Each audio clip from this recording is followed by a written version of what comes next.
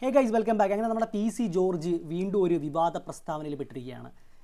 P C ജോർജിൻ്റെ കാര്യം അറിയാമല്ലോ, ഇടയ്ക്കിടയ്ക്ക് വന്നിട്ട് ഇങ്ങനെയുള്ള മണ്ടത്തരങ്ങളൊക്കെ വിളിച്ച് പറഞ്ഞിട്ട് ഇടയ്ക്ക് ഏറിപ്പോവും, വീണ്ടും നാണോ മാനോ ഇല്ലാതെ വീണ്ടും വന്ന് ഇങ്ങനെ മണ്ടത്തരങ്ങൾ വിളിച്ച് പറയും. പുള്ളിയോട് ചെറിയൊരു ഇഷ്ടമൊക്കെ ഉണ്ടായിരുന്നു ഒരു സമയത്ത്, പക്ഷേ പുള്ളി ഇങ്ങനെ പറയുന്ന കാര്യങ്ങളൊക്കെ അക്സെപ്റ്റ് ചെയ്യാൻ പറ്റാത്തതുകൊണ്ട് ഇപ്പോൾ പുള്ളി പറയുന്ന കാര്യങ്ങളൊക്കെ പലതും മണ്ടത്തരമായിട്ടാണ് ഫീൽ ചെയ്യുന്നത്. അങ്ങനെ ഒരു കാര്യം ഇന്ന് പറഞ്ഞിട്ടുണ്ട്, അതിനെപ്പറ്റിയാണ് ഇന്നത്തെ വീഡിയോ.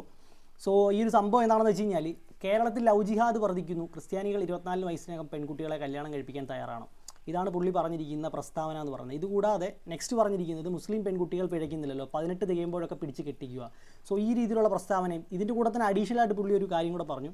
അതായത് പുള്ളിയുടെ മീനച്ചിൽ താലൂക്കിൽ മാത്രം 400-ന് മുകളിൽ പെൺകുട്ടികൾ ഈ ലവ് ജിഹാദ് കാരണം നാട് വിട്ടുപോയി, കാണുവാനില്ല. ഇങ്ങനെയുള്ള കാര്യമാണ് പുള്ളി പറഞ്ഞിരിക്കുന്നത്. പുള്ളി പറഞ്ഞിരിക്കുന്ന ഒരു വീഡിയോ ഞാൻ ഇവിടെ ഡീറ്റെയിൽ ആയിട്ട് കാണിക്കാം. സോ അതിൻ്റെ ഒരു അനലൈസ് ആണ് ഈ വീഡിയോ, നിങ്ങൾ സ്കിപ്പ് ചെയ്യാതെ ഈ ഒരു വീഡിയോ ഒന്ന് കാണണം. 400-ഓളം കുഞ്ഞുങ്ങളാണ് ലവ് ജിഹാദിലൂടെ നമുക്ക് നഷ്ടപ്പെട്ട മീനച്ചിൽ താലൂക്ക് മാത്രം. എത്രത്തെ തിരിച്ചു കിട്ടി? 41 തിരിച്ചു. സമയക്കുള്ള ചരിത്രത്തിലേക്ക് കിടക്കുന്നില്ല. ഞാനിത് അനുഭവിച്ചുകൊണ്ടിരിക്കുക. അതിന് എനിക്കറിയാൻ വേദനിക്കുന്ന വീഡിയോയിൽ പുള്ളി പറയുന്നത് 400-ഓളം പെൺകുട്ടികളാണ് മീനച്ചിൽ താലൂക്കിൽ നിന്ന് മാത്രം കാണാതായിട്ടുള്ളത്. അതായത് ലവ് ജിഹാദിൽ പെട്ട് ആ ഒരു സ്ഥലത്ത് നിന്നും പോയിട്ടുള്ളത്. ഓക്കെ, ഈ ലവ് ജിഹാദ് എന്ന് പറയുന്ന സംഭവം നമുക്ക് എല്ലാവർക്കും അറിയാം, മെയിനായിട്ടും ഉദ്ദേശിക്കുന്നത് മുസ്ലിം കമ്മ്യൂണിറ്റിയാണ്. അതർ റിലീജിയനിൽ പെട്ടിട്ടുള്ള ആൾക്കാരെ സ്നേഹം നടിച്ചിട്ട് നമ്മുടെ നാട്ടിൽ നിന്ന് കൊണ്ടുപോയി IS-ലൊക്കെ കൊണ്ടുപോയി ചേർത്ത് റിക്രൂട്ട് ചെയ്യിപ്പിക്കുന്ന ഒരു പരിപാടിയാണ് മെയിനായിട്ടും ലവ് ജിഹാദ് കൊണ്ട് ഉദ്ദേശിക്കുന്നത്. ഇതിൽ ബാക്കിയുള്ള കമ്മ്യൂണിറ്റിയെക്കാട്ടിൽ കൂടുതൽ ഈ ഒരു പരിപാടി ചെയ്യുന്നത് ഇസ്ലാമിസ്റ്റുകളാണെന്നുള്ള രീതിയിലാണ് നമ്മുടെ നാട്ടിൽ കൂടുതലായിട്ടും പറയുന്നത്. പക്ഷേ പി സി ജോർജ് പറയുന്ന കാര്യത്തിൽ ഒരു അഭിപ്രായ വ്യത്യാസമുണ്ട്. കാരണം ഈ 400 പെൺകുട്ടികളെന്ന് പറയുമ്പോഴത്തേക്ക് ഇതിൽ 41 പേര് തിരിച്ചു വന്നിട്ടുണ്ടെന്ന് പുള്ളി പറയുന്നുണ്ട്. ഞാൻ ചോദിക്കുന്നത്, ഇവരുടെ ആരുടെയും വിവരങ്ങളും കാര്യങ്ങളും ഒന്നും നിങ്ങൾ പുറത്ത് വിടണ്ട. ഓക്കെ, ഇവരുടെ പേരോ കാര്യങ്ങളോ ഒന്നും നിങ്ങൾ പറയണ്ട. കാരണം ഗേൾസാണ്, അവരുടെ പ്രൈവസിയെ ബാധിക്കുന്നുള്ള രീതിയിൽ നിങ്ങൾ പറയണ്ട. പക്ഷേ ഈ കൂട്ടിക്കൊണ്ടുപോയ ബോയ്സ് എന്തായാലും ആൺകുട്ടികളുടെ കൂടെ ആണല്ലോ പോയത്. അപ്പോൾ അത് ഈ ഒരു ഇസ്ലാമിക വിഭാഗത്തിൽപ്പെടുന്ന ആളുകളാണെന്നാണല്ലോ താങ്കൾ പറയുന്നത്. അപ്പം അവരുടെ പേര് താങ്കൾക്ക് എന്തുകൊണ്ട് വെളിപ്പെടുത്താനായിട്ട് സാധിക്കുന്നില്ല? ഇതാണ് മെയിനായിട്ടുള്ള ക്വസ്റ്റ്യൻ. പിന്നെ ഈ പറഞ്ഞ 41 പേര്, തിരിച്ചു വന്ന 41 പേരും താങ്കൾ പറയുന്നുണ്ടല്ലോ, അവരുടെ ഫുൾ ഡീറ്റെയിൽസ് ഒന്നും നിങ്ങൾ പുറത്തുവിടണ്ട. അവർ 41 പേര് പോയിട്ടുണ്ടെന്നുള്ളതിന് എന്തെങ്കിലും പ്രൂഫ് നിങ്ങളുടെ കയ്യിലുണ്ടോ? നിങ്ങൾ ഈ വാ കൊണ്ട് പറയുന്നതല്ലാതെ, കുറേ കണക്കുകൾ ഉണ്ടാക്കി പറയുന്നതല്ലാതെ ഏതെങ്കിലും രീതിയിലുള്ള പ്രൂഫ് നിങ്ങളുടെ കയ്യിലുണ്ടോ? ഇല്ല. ഇതാണ് ശരിക്കുള്ള സത്യം. നിങ്ങൾക്ക് എല്ലാവർക്കും അറിയുന്നൊരു കാര്യമാണ്, കേരള സ്റ്റോറി എന്ന് പറഞ്ഞൊരു പടം. ആ പടം റിലീസായിട്ട് കുറേ നാളായി. ഒരുപാട് വിവാദം ഉണ്ടായിട്ടുള്ളൊരു പടമാണ് ഈ ഒരു കേരള സ്റ്റോറി. അതിൽ പറഞ്ഞു വെക്കുന്ന കഥ എന്ന് പറയുന്നത്, IS-ലോട്ട് റിക്രൂട്ട് ചെയ്യിപ്പിക്കുന്നു. നമ്മുടെ കേരളത്തിൽ നിന്നും 3 പെൺകുട്ടികൾ കേരളത്തിൽ നിന്നും പോയ ഒരു സ്റ്റോറിയാണ് അതിൽ പറഞ്ഞിട്ടുള്ളത്. അവർക്ക് അനുഭവിക്കേണ്ടി വന്ന പ്രശ്നങ്ങളും കാര്യങ്ങളും ഒക്കെ അവർ തിരിച്ചെത്തിയ ഒരു കഥയും, പിന്നെ തിരിച്ചെത്താൻ പറ്റാത്ത ആളുകളുടെ കഥയും, ഇതൊക്കെയാണ് ആ ഒരു പടത്തിൽ പറയുന്നത്. അപ്പോൾ അതിൽ പറയുന്നത് 32,000-ന് മുകളിൽ പെൺകുട്ടികൾ നമ്മുടെ നാട്ടിൽ നിന്ന് മാത്രം പോയിട്ടുണ്ട് എന്നുള്ള രീതിയിലാണ് കഥകൾ പറയുന്നത് ഇന്നേ വരെ. ഓക്കെ, ഈ ഒരു കണക്ക് ഒരിക്കലും എനിക്ക് കേട്ടിട്ട് പോസിബിളായിട്ട് തോന്നിയിട്ടില്ല. ലോജിക്കലി ചിന്തിക്കുന്ന ആർക്കും ഈ ഒരു കണക്ക് പോസിബിളായിട്ട് തോന്നുന്നില്ല. കാരണം നമ്മുടെ നാട്ടിലെ അവസ്ഥ അത്രയ്ക്ക് പരിതാപകരമൊന്നുമല്ല. ചില സ്ഥലങ്ങളിലൊക്കെ ഇങ്ങനെ സംഭവങ്ങൾ നടക്കുന്നുണ്ട് എന്നുള്ളതല്ലാതെ എല്ലാ ആൾക്കാരും ആ ഒരു രീതിയിൽ ചിന്തിക്കുന്ന ആൾക്കാരോ അല്ലെങ്കിൽ എല്ലാ ആൾക്കാരും ആ ഒരു രീതിയിൽ ചിന്തിച്ചിട്ട് പോകുന്ന ആൾക്കാരോ അല്ല.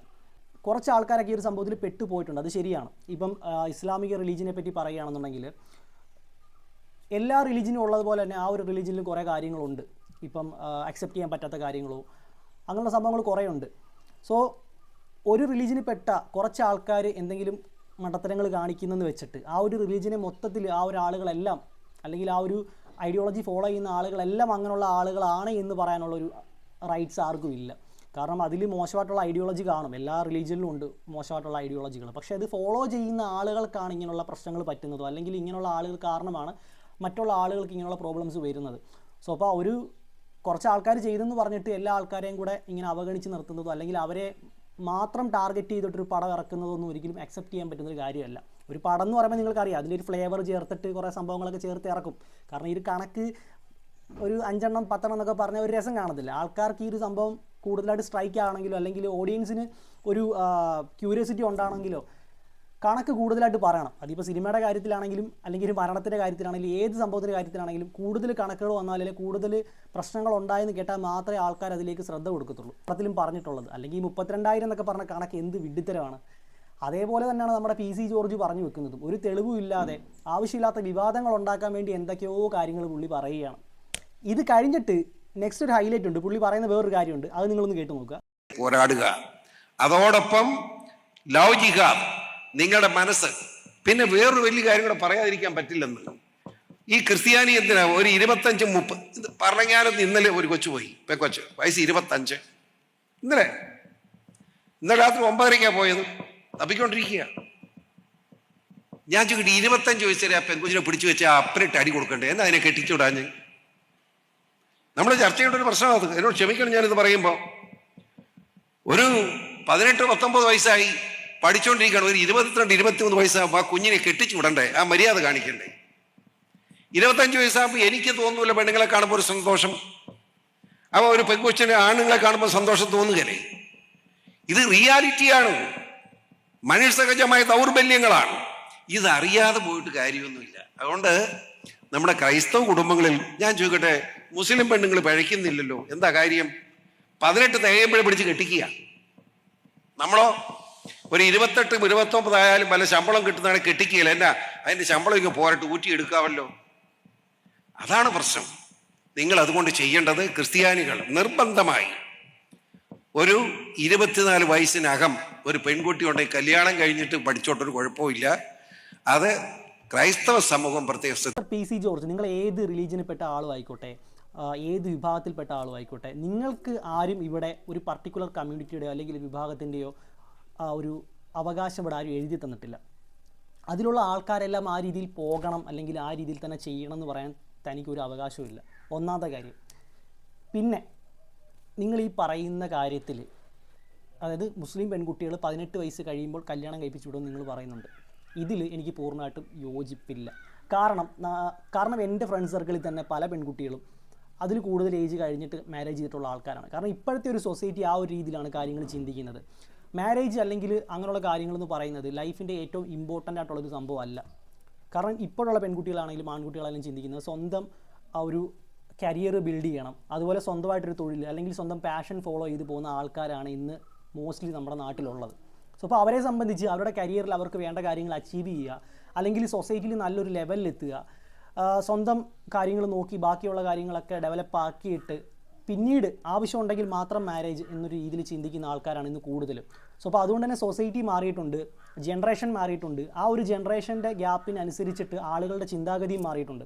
സോ അപ്പോൾ അതുകൊണ്ടൊക്കെയാണ് കൂടുതലും ഇപ്പോൾ റീസെൻ്റായിട്ട് നമ്മൾ കാണുന്ന ന്യൂസാണ് കേരളത്തിൽ ആൺകുട്ടികൾക്ക് പെണ്ണ് കിട്ടാനില്ല, സിംഗിളായിട്ട് ജീവിക്കാനാണ് ഗേൾസിനൊക്കെ താല്പര്യം എന്ന് പറഞ്ഞ ഒരുപാട് ന്യൂസ് നമ്മൾ കണ്ടതാണ്. സോ അതിൻ്റെയൊക്കെ റീസൺ എന്ന് പറഞ്ഞാൽ ജനറേഷൻ ഗ്യാപ്പാണ്. ആളുകൾ ചിന്തിച്ചു തുടങ്ങി. പണ്ട് നമ്മൾ ചിന്തിച്ച് വെച്ചിരിക്കുന്ന പല കാര്യങ്ങളും ഇന്നത്തെ കാലത്ത് പൊട്ടത്തരങ്ങളാണെന്ന് നമുക്ക് ലോജിക്ക് പരമായിട്ട് ചിന്തിക്കുമ്പോൾ നമുക്ക് മനസ്സിലാവുന്നുണ്ട്. കാരണം ആളുകളൊക്കെ എഡ്യൂക്കേറ്റഡ് ആയിട്ടുണ്ട്, സയൻറ്റിഫിക്കായിട്ട് ചിന്തിക്കുന്ന ആളുകളാണ് ഇന്ന് കൂടുതലും. സോ അപ്പോൾ പല കാര്യങ്ങളിലും നമ്മൾ മാറ്റം കണ്ടിട്ടുണ്ട് അല്ലെങ്കിൽ മാറ്റം വന്നിട്ടുണ്ട്. സോ അപ്പോൾ അതുകൊണ്ട് തന്നെ ഈ ഒരു കാര്യം ഒരിക്കലും നിങ്ങൾ പറയുന്നത് അംഗീകരിക്കാൻ പറ്റത്തില്ല. അവരുടെ റിലീജിയസ് പരമായിട്ട് ആ ഒരു ഏജിൽ ചിലപ്പോൾ കെട്ടിച്ചു വിടണം എന്നൊക്കെ കാണും, ഡീറ്റെയിൽ ആയിട്ട് എനിക്കറിയില്ല. എന്നിരുന്നാൽ പോലും ഇന്ന് പല ഫാമിലിയിലും അവർ ആ ഒരു കുട്ടികളുടെ ഇഷ്ടത്തിനനുസരിച്ചാണ് അവരെ വിടുന്നത്. ഇപ്പം പഠിത്തത്തിൻ്റെ കാര്യത്തിലാണെങ്കിലും അല്ലെങ്കിൽ പ്രൊഫഷൻ സെലക്ട് ചെയ്യുന്ന കാര്യത്തിലാണെങ്കിലും മാരേജ് ആണെങ്കിലും എല്ലാത്തിലും അവർ ഒരു സ്പേസ് കുട്ടികൾക്ക് കൊടുക്കുന്നുണ്ട്. അത് ആൺകുട്ടികൾക്കാണെങ്കിലും പെൺകുട്ടികൾക്കാണെങ്കിലും ചില ഫാമിലിയിൽ മാത്രം, ചില ഓർത്തഡോക്സ് ഫാമിലിയിൽ മാത്രം അവർ അടിച്ചേൽപ്പിക്കുന്ന ഒരു സിസ്റ്റം വരാറുണ്ട്. ഇപ്പം തന്നെ കല്യാണം കഴിച്ച് പോകണം, പിന്നീട് പഠിച്ചാൽ മതി, അങ്ങനെയുള്ള രീതിയിലൊക്കെ പോകുന്നുണ്ട്. ഇതിൻ്റെ ഇഷ്യൂ എന്ന് പറഞ്ഞു കഴിഞ്ഞാൽ നിങ്ങൾ ഈ വലിയ വായിൽ പറയുന്നുണ്ടല്ലോ ഇപ്പം തന്നെ കല്യാണം കഴിപ്പിച്ചു വിടണം, പിന്നീട് പഠിച്ചാൽ മതി എന്നൊക്കെ. പല പെൺകുട്ടികളും ഇന്ന് സ്ട്രഗിൾ ചെയ്യുന്നുണ്ട് പല ഫാമിലിയിലും. അവർക്ക് പഠിക്കുന്ന സമയത്ത് പഠിക്കാൻ വിടാതെ കല്യാണം കഴിപ്പിച്ച് വിട്ടിട്ട് അവരുടെ വീട്ടിൽ പോയിട്ട് സ്ത്രീധനത്തിൻ്റെ പ്രശ്നം അല്ലെങ്കിൽ മറ്റുള്ള ഇഷ്യൂസ്, വേറെ ആവശ്യമില്ലാത്ത മ്യൂച്വൽ അണ്ടർസ്റ്റാൻഡിങ്ങോ കാര്യങ്ങളൊന്നും ഇല്ലാതെ ഒരു നല്ല പക്വതയില്ലാത്ത ഏജിൽ കെട്ടിച്ചു വിടുന്നതിനുള്ള പ്രോബ്ലംസ് പല ആൺകുട്ടികൾ അനുഭവിക്കുന്നുണ്ട്, സ്ട്രഗിൾ ചെയ്യുന്നുണ്ട് പല കാര്യങ്ങളിൽ, ഫിനാൻഷ്യലി, അതുപോലെ തന്നെ ഫാമിലി ഇഷ്യൂസ്, അങ്ങനെ പല കാര്യങ്ങളും ഉണ്ടാകുന്നുണ്ട്. അപ്പോൾ ഈ ഒരു കാര്യങ്ങളൊക്കെ അവോയ്ഡ് ചെയ്യാൻ വേണ്ടിയാണ് ഇന്നത്തെ ജനറേഷനിൽ ഫസ്റ്റ് നമ്മുടെ എഡ്യൂക്കേഷന് പ്രാധാന്യം കൊടുത്ത് അല്ലെങ്കിൽ നമ്മുടെ കരിയർ ഡെവലപ്പ് ആക്കിയിട്ട് അങ്ങനെ നമുക്ക് സ്റ്റേബിളായിട്ട് നിൽക്കാൻ പറ്റുന്ന ടൈമിൽ മാത്രം ഇങ്ങനെയുള്ള കാര്യങ്ങളെപ്പറ്റി ചിന്തിക്കുക എന്നെല്ലാവരും പറയുന്നത്. അല്ലാതെ നിങ്ങൾ വിചാരിക്കുന്ന പോലെ എല്ലാവരും കല്യാണം കഴിക്കാൻ വേണ്ടി മുട്ടി നിൽക്കുന്ന ആൾക്കാരൊന്നുമല്ല. പിന്നെ നിങ്ങൾ ഈ പറയുന്ന 25 വയസ്സ് കഴിഞ്ഞിട്ടുള്ള ആൾക്കാരൊക്കെ ഇറങ്ങിപ്പോകുന്നു, അവരൊക്കെ പിഴച്ചു പോവുകയാണ്, അല്ലെങ്കിൽ ഈ ഒരു മുസ്ലിം വിഭാഗത്തിൽപ്പെട്ട ആളുകളൊന്നും പിഴയ്ക്കുന്നില്ല, അതൊക്കെ ഒരു കല്യാണം കഴിപ്പിച്ച് വിടുന്നതുകൊണ്ടാണ് നിങ്ങൾ പറയുന്നുണ്ട്. എല്ലാവരും നിങ്ങളെപ്പോലെ ചിന്തിക്കുന്നവരല്ല. ഒരുപാട് ആൾക്കാരുണ്ട് 25 വയസ്സ് 26 വയസ്സും കഴിഞ്ഞ് കല്യാണം കഴിക്കാതിരിക്കുന്ന ഒരുപാട് ആൾക്കാരുണ്ട്. അവരുടെ പേഴ്സണൽ ചോയ്സാണ് അവർ മാരേജ് ചെയ്യണോ വേണ്ട എന്നുള്ളത്.